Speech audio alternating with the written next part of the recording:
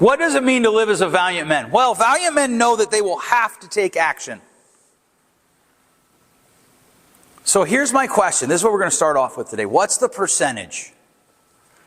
How convinced do you have to be that you've done the research, that you've made the effort to make a decision to move forward? Is it 100%? Is it 50%? Is it 70%? This is something I wrestle with all the time. How convinced do I have to be that what I'm ready to go say to a pastor, hey, I'd love to come to your church and do this? What's the percentage of positive outcomes?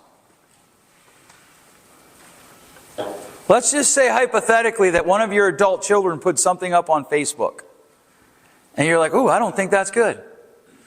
What's the percentage in your mind of, my wife's going to get mad at me if I say something that will cause you to be like, nope, I'm out?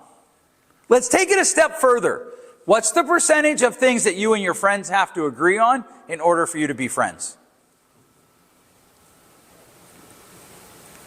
I just tried to drink out the side of the cup. What is it? Let's say, let's do it. Let's just jump into politics. Anybody here really hope Donald Trump wins? Okay. What's the percentage of your friends that don't want him to win? Like, we're not saying they're going to vote for someone else. They don't want him to win. What's the percentage of agreement that you have to still be friends?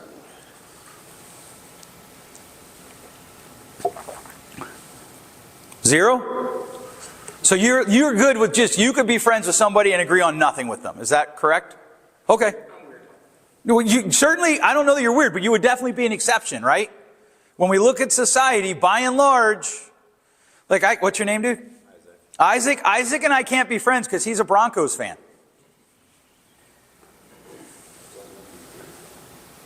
Right? Are you really a Royals fan, or did you just like the hat? Both. Okay, all right. So we can't be friends because the Royals, what good comes from Missouri? Right? I'm just kidding. I'm just kidding. I promise. I'm just kidding. What's that? Good thing. That's funny. There you go. That's kind of the Royals mindset, right? We're not going to pay for anything. That would be the most frustrating thing for me. This is totally ADHD, being a fan of them. So my dad is a Pirates fan. It's one of the few things he and I agree on. And like, my mom was a Yankees fan. So like, I live in this weird world of like, I have a cousin who worked for the Yankees and she worked for the Pirates. And the Pirates don't pay for anything, although they might this year, it looks like. But seriously, what's the percentage? I have friends, I'm very pro Second Amendment. I have friends that think they should take guns from everybody. And I have other friends who are like, how can you be friends with them? I have a friend who is literally making fun of me this week because I'm going to sing about Jesus in Nebraska. Now, levels here matter. He's not the guy I go to at 2 in the morning if something hits the fan. He's not the guy I text when my wife sends me a text, hey, we might be taking Joey to urgent care. Because he's not going to pray. If I'm struggling with my wife and I'm trying to figure out how to navigate something with her, I don't go to him because his advice is just divorce her. So there are levels to this for me. Our church, there are things our church does that I think are silly. Like legitimately silly. For a while when we would sing, they'd have this light that would run around the space where we sit. Like, that's dumb. People are like, well, are you going to leave? No, because there's a percentage to this. It's not zero. To be honest with you, I'm impressed by that. I don't think I could do that. I think I would end up too frustrated. For me, it's 70%. If we're going to be close, we've got to agree on around 70% of the stuff. I have friends that are socialists, like just straight up socialists. I'm like, have you read history? But then my other friends are like, well, why are you friends with them? They're socialists. Because they're humans first. I have friends that are pro-abortion. And one of them says to me one day, you're not pro-life. I'm like, I don't even know what that means. Because, like, this is where I get everybody upset with me. I'm actually anti-death penalty because it's too political. And he's like, yeah, but if somebody came for your kids, you'd kill them. I'm like, and bury them in my septic system because they'd never find them in there. He's like, well, then you're not pro-life, you're anti-abortion. Okay, I'm cool with that.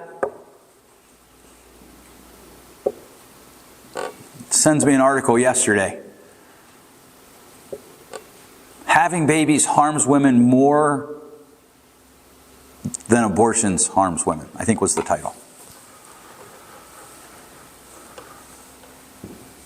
I sent him a text back, well, we can both guarantee, I think we can both agree that it harms the child more.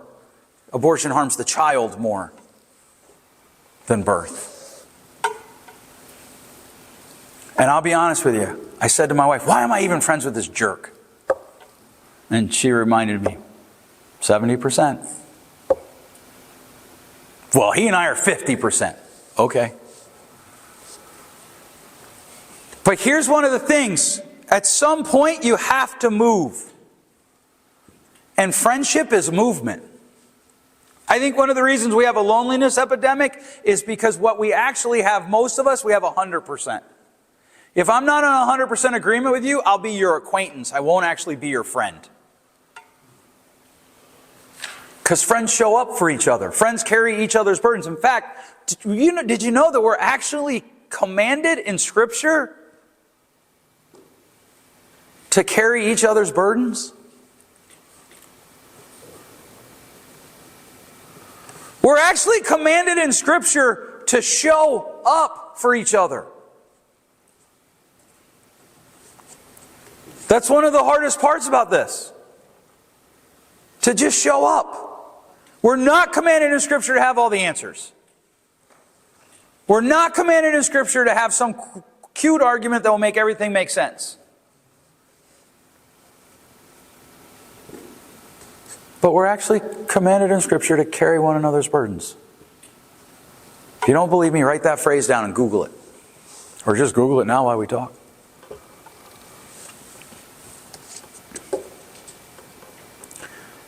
The valiant man lives by principles. This is something we've lost a little bit of, right? Just in society. And we're going to talk about what those principles are. But one of those for me is you have to show up. I keep trying. I'm just going to take this lid off. Anybody have a friend that you just don't agree with almost anything with them on? Yeah. And you just have to keep showing up. Here's my question. Do you think the apostles agreed on everything? Do you think they agreed with Jesus on everything? And when we start talking about religious things, like there's a guy in our church who's way into like certain things that I'm just not, I don't believe it's the right interpretation of Scripture. What's the percentage there?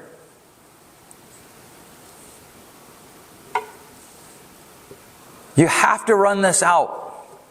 And then when you start asking yourself about decisions, how often do we not do something because we're not guaranteed that it'll be successful? Let me ask you a question. How many of you are married? Have a girlfriend? All right, awesome. How do you rate how successful your conversation with her was? Serious question. Say it again. It was pretty good. Yeah, but no, the conversation. Let's say you have a conversation with her that's an argument. Or you have something you have to go talk to her about. How do you rate that argument? How do you decide if it worked out or it didn't? She's still happy? Okay. Still having that discussion. Still having that discussion. How many of you think you failed if she gets mad? She's engaging. She's engaging. Absolutely. But have you ever had that conversation where you're like, I'm not going to talk to my wife about this because she'll just get mad? You shouldn't have a girlfriend, Gavin. Break up with her. You're 14 or 15. They're all laughing because I just said what they all know. It's just people don't want to say it. The day will come. Don't rush it. I cannot tell you how many guys, or they have friends they won't have conversations with, and I'm going to tell you why. I had a best friend. Any English nerds here notice what verb I just used? Had. Let me tell you the story. I show up to grad school one day and I walk in, and do you ever see somebody like you just see them and you're like, that guy and I are going to be friends? And sure enough, we became fast friends. He helped me move into my house. We would split wood together. We'd go hunting together. We'd shoot guns together. We'd go fishing together. We'd go ice fishing together. When pipes burst in his house at 2 a.m, he called me when my power went out and I tried to backfeed it and I forgot to turn the breaker off and I blew everything up. He came and helped me. And we had what was called the skinny jeans agreement. Now look, if you're wearing skinny jeans today, I want you to know I'm not judging you. I promise. But you got to understand my relationship with him in the context of the skinny jeans agreement. And it was this. One day we were sitting in grad school, which was in a seminary. And I don't own dress pants. I only own blue jeans. I have one pair of brown khaki pants, but they're golf pants. And I would show up in either cowboy boots or work boots, blue jeans, and often a hoodie, as would my friend. The seminary students, like the MDiv majors, they'd show up in suits and ties. And we were like, see, that's how you know who's a counseling major and who's an MDiv major. And then, people started showing up in skinny jeans and winter caps in the summer. And we were like, that's weird. Why are they wearing winter caps in the summer? Because they're individuals, all 4,000 of them. And so he's like, so here's the thing, dude. He looks at me, dead center. He said, dead center in the eye. And he goes, if you ever see me wearing skinny jeans, you don't even have to say anything. I just want you to walk up to me and kick me in the nuts. I was like, done. That's a good deal. We'll make that agreement together. And over time, the skinny jeans agreement went from being skinny jeans to other things. If you ever see me talking to a female in a way that doesn't honor my wife, say something once. And then just kick me in the nuts. If you ever see me disrespecting my wife, don't even bother saying anything, just kick me in the nuts. If you ever see me disrespecting the faith, just kick me in the nuts. This is my best friend. We did everything together. We started a business together, and he realized he didn't like owning a business, so I bought him out, and he worked for me. And then he started cheating on his wife. And I said to him, you didn't know I love you and I hate what you're doing. And he said a word that rhymes with truck, you. And we've talked twice since then.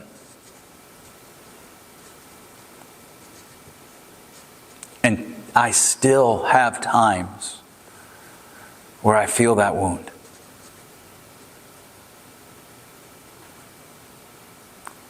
And so now I have new friends, different friends. I don't know that I have a best friend. My wife, but I mean like a dude. And this percentage runs in my head when they're doing something. Like right now, there's a guy. Do I talk to him? Do I not talk to him? And I'm running out this percentage. And the problem is the percentage without principles, that percentage gets smaller. Right? Because, probably if I do it 10 times, 8 times, he'll be okay. All right, maybe I'll risk 2 times out of 10 he gets mad at me. Will I risk 3? I don't know. Will I risk 4? Probably not.